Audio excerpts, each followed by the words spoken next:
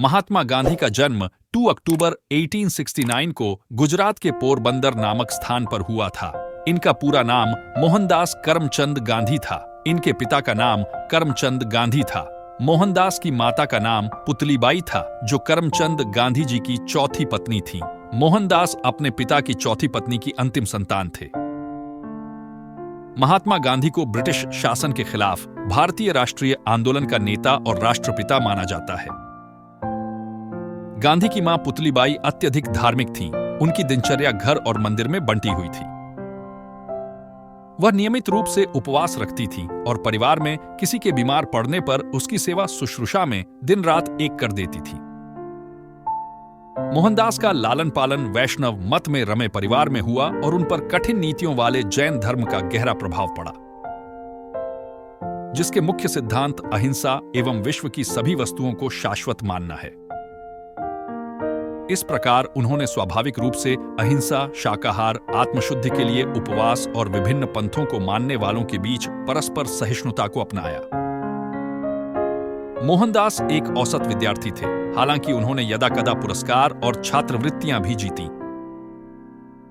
वह पढ़ाई व खेल दोनों में ही तेज नहीं थे। बीमार पिता की सेवा करना, घरेलू कामों में मां का हाथ बंटाना और समय मिलने पर दूर तक अकेले सैर पर निकलना उन्हें पसंद था। उन्हीं के शब्दों में बड़ों की आज्ञा का पालन करना सीखा, उनमें मीन मेख निकालना नहीं। उनकी किशोरावस्था उनकी आयु वर्ग के अधिकांश बच्चों से अधिक हलचल भरी नहीं थी।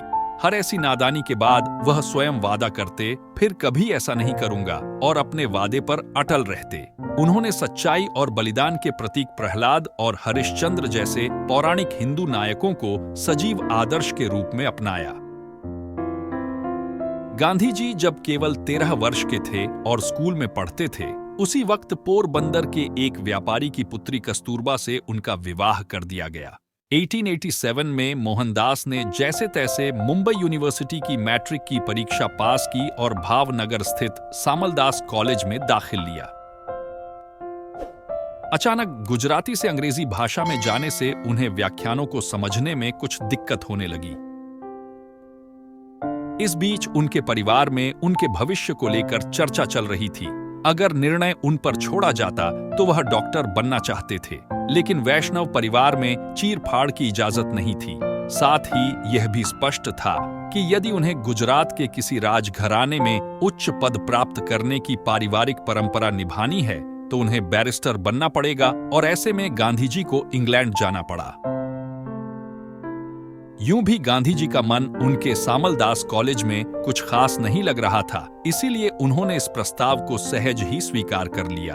उनके युवा मन में इंग्लैंड की छवि दार्शनिकों और कवियों की भूमि संपूर्ण सभ्यता के केंद्र के रूप में थी। सितंबर 1888 में वह लंदन पहुंच गए। वहां पहुंचने के 10 दिन बाद वह लंदन के 4 कानून महाविद्यालय में से एक इनर टेम्पल में दाखिल हो गए। 1906 में ट्रांसवाल सरकार ने दक्षिण अफ्रीका की भारतीय जनता के पंजीकरण के लिए विशेष रूप से अपमानजनक अध्यादेश जारी किया। भारतीयों ने सितंबर 1906 में जोहान्सबर्ग में गांधी के नेतृत्व में एक विरोध जनसभा का आयोजन किया और इस अध्यादेश के उल्लंघन तथा इसके परिणाम स्वरूप दंड भुगतने की शपथ ली। इस प्रकार सत्याग्रह का जन्म हुआ, जो वेदना पहुंचाने के बजाय उन्हें झेलने, विद्वेषहीन प्रतिरोध करने और बिना हिंसा किए उससे लड़ने की नई तकनीक थी। इसके बाद दक्षिण अफ्रीका में 7 वर्ष से अधिक समय तक संघर्ष चला। इसमें उतार चढ़ाव आते रहे, लेकिन गांधी के नेतृत्व में भारतीय अल्पसंख्यकों के छोटे से समुदाय ने अपने शक्तिशाली प्रतिपक्षियों के खिलाफ संघर्ष जारी रखा। सैकड़ों भारतीयों ने अपने स्वाभिमान को चोट पहुंचाने वाले इस कानून के सामने झुकने के बजाय अपनी आजीविका तथा स्वतंत्रता की बलि चढ़ाना ज्यादा पसंद किया। सन 1914 में गांधी जी भारत लौट आए। देशवासियों ने उनका भव्य स्वागत किया और उन्हें महात्मा पुकारना शुरू कर दिया। उन्होंने अगले 4 वर्ष भारतीय स्थिति का अध्ययन करने तथा उन लोगों को तैयार करने में बिताए जो सत्याग्रह के द्वारा भारत में प्रचलित सामाजिक व राजनीतिक बुराइयों को हटाने में उनका साथ दे सके।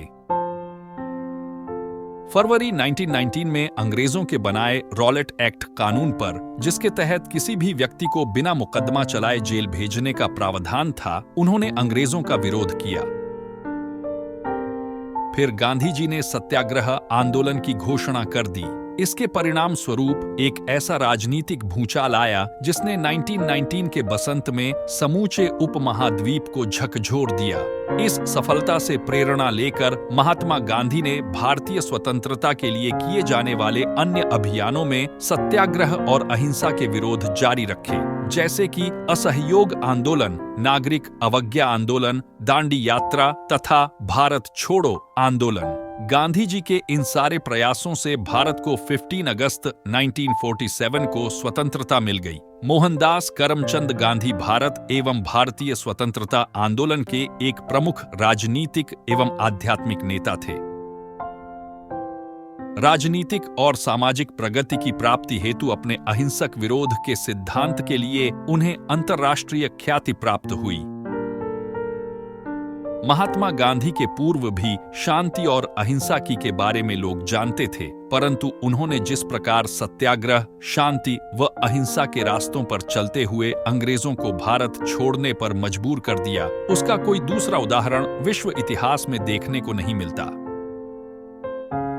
तभी तो संयुक्त राष्ट्र संघ ने भी वर्ष 2007 से गांधी जयंती को विश्व अहिंसा दिवस के रूप में मनाए जाने की घोषणा की है। गांधी जी के बारे में प्रख्यात वैज्ञानिक आइंस्टीन ने कहा था कि 1000 साल बाद आने वाली नस्लें इस बात पर मुश्किल से विश्वास करेंगी कि हार्ड मांस से बना ऐसा कोई इंसान भी धरती पर कभी आया था। ऐसे महान व्यक्तित्व के धनी महात्मा गांधी की 30 जनवरी 1948 को नई दिल्ली के बिड़ला भवन में नाथूराम गोडसे द्वारा गोली मारकर हत्या कर दी गई। विश्व पटल पर महात्मा गांधी सिर्फ एक नाम नहीं, अपितु शांति और अहिंसा का प्रतीक है। धन्यवाद।